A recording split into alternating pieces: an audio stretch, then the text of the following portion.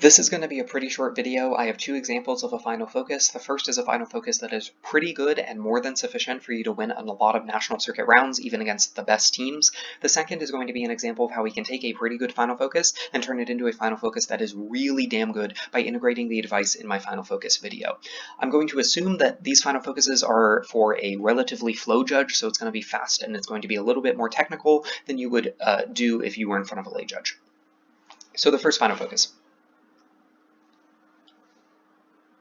We're on the precipice of recession. Voting negative avoids catastrophic collapse. Voting affirmative guarantees it. There are two voters. The first is the yield curve. Extend the Thomas and Wu evidence. This card reveals a direct relationship between budget deficits and the slope of the yield curve. You say debt reduction will affect both long-term and short-term rates, but the impact on long-term rates is always greater than the impact on short-term rates, which is what causes the slope to change. And extend the New York Fed evidence. The historical accuracy of the yield curve predicting recession is 100%. You say there are changes to the U.S. economy that make us resilient to curve inversion now, but one, extend that the financial sector is vulnerable now, and inversion causes recession because of its impact on the financial sector, and two, extend that the Federal Reserve can't step in to prevent recession this time because the balance sheet is way too over-leveraged compared to 2007. You say inversion is non-unique because the curve is flattening in the status quo. It might be flattening, but that doesn't mean it's inverting. We see cycles of flattening and steepening all the time, but these cycles are relatively short-lived. You say that Trump would invert the yield curve anyway because he sucks, but Trump's policies actually increase debt, like when he passed a bunch of tax cuts. You've conceded that increasing debt steepens the curve, which means Trump is likely to prevent inversion, and recession outweighs, first on magnitude, millions of people go into poverty and tens of thousands of people are killed across the globe every time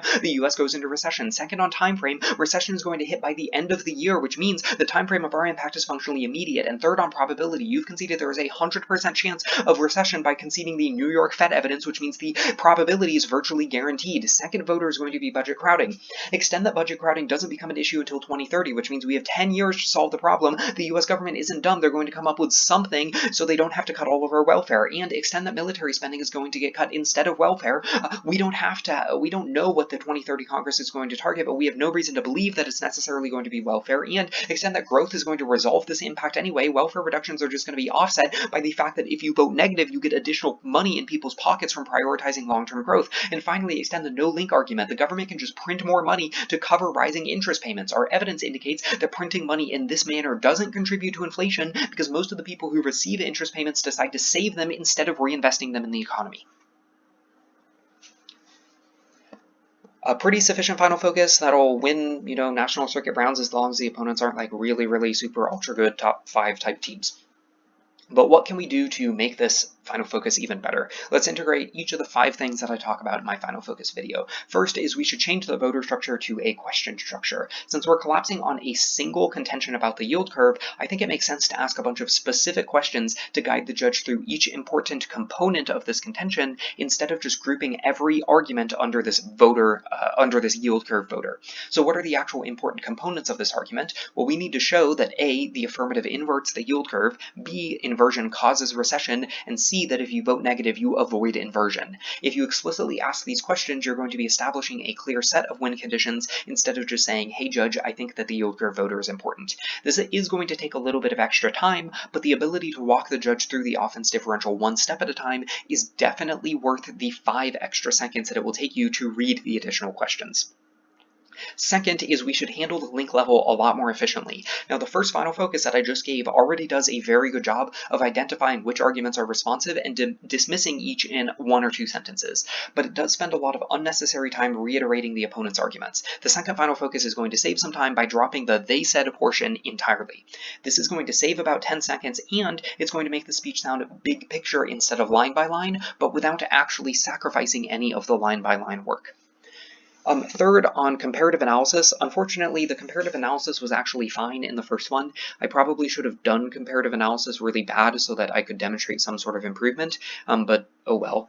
The Thomas and Wu evidence, for example, was extended with your warrant isn't responsive because even if long-term and short-term rates are both affected, long-term rates are affected more. And then the no-link answer to budget crowding was extended by specifically implicating the warrant that the opponents mentioned in summary, which is you can't print more money because it causes inflation. Fourth, though, is we could improve impact calculus. First off is impact calculus needs to be comparative. Instead of just saying our magnitude is very large, let's turn it into our magnitude is very large and your magnitude is very small.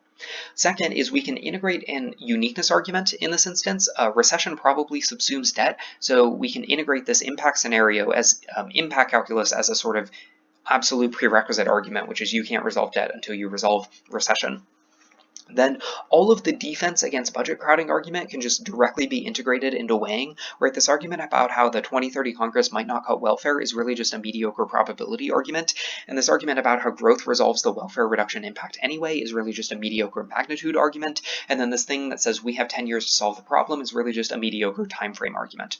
Now, if you integrate defensive arguments into weighing, it's going to give off the illusion that you've done extra weighing instead of extra link level analysis, which will make the judge happy, but also it's a lot more efficient because you combine a separate extend link defense and a separate we outweigh section into one single weighing section. Now, we're not really going to worry about contesting the evaluation metrics because we're pretty clearly winning on all three of the main metrics in this final focus. And then if you integrate this advice, you integrate defensive arguments into weighing instead of keeping them separate, you're going to save like 5 to 10 seconds. But then when you make this new recession subsumes debt argument, it's going to take 10 to 15 seconds anyway, so the final focus might actually end up a little bit longer. And then finally, we can do a better job of building ethos. Arguments can be extended a lot better. Instead of saying, like, extend this argument, we want to say things like, this argument slays their offense. Now, the New York Fed evidence, for example, is pretty damning. It says there's a 100% success rate in predicting recession, so we should be a lot more explicit about how important it is. Second is we can point out opponent mistakes. There were two really big opponent mistakes in this round. One is the opponents didn't answer the most recent articulation of the no-link argument that came out in summary, which ends the round even though they answered the rebuttal in the second rebuttal, right? They didn't answer the most recent articulation of this no-link argument that came out in the previous speech.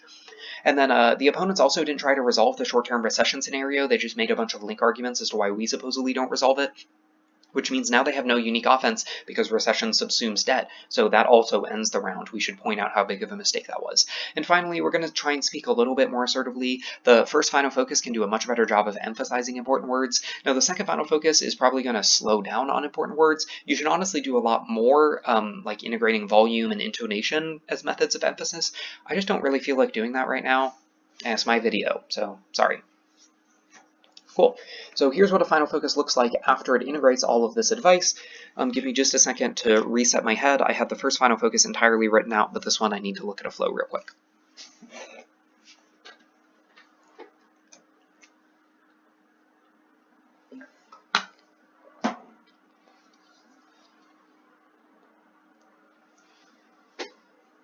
All right.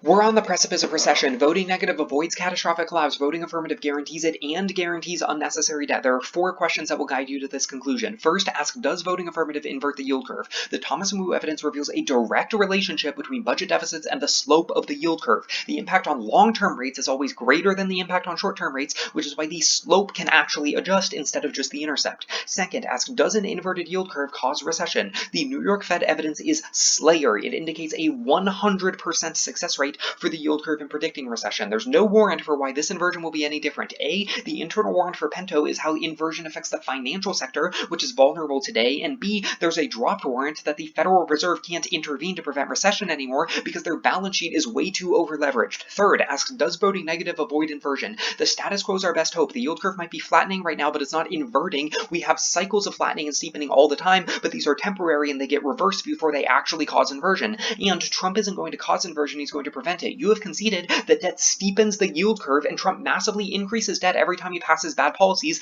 like tax cuts. Fourth and finally, ask, does this recession outweigh the budget crowding offense? Yes, there are 2 separate GG moments. First, recession subsumes debt. If we enter recession, we have to spend trillions of dollars in fiscal stimulus to claw our way out, which means solving recession is an absolute prerequisite to solving any AF offense from debt reduction. Second, the no-link argument independently ends the round. Our evidence indicates that the government can just print more money to cover interest payments, and this doesn't contribute to inflation because the recipients save instead of reinvesting. You have no offense left on this impact. We also outweigh on magnitude. Recession forces millions of people into poverty, and it directly kills tens of thousands of people around the globe. Slight reductions to welfare are just a negligible impact because growth is going to reduce reliance on welfare anyway. And we outweigh on time frame. Recession hits at the end of the year, which is faster than 2030. There are 10 years for intermediate actions to resolve your budget crowding impact. And finally, we outweigh on probability. You've conceded a 100% strength relationship between inversion and recession, but there's only a chance that 2030 Congress decides to cut welfare instead of inefficient things like military spending.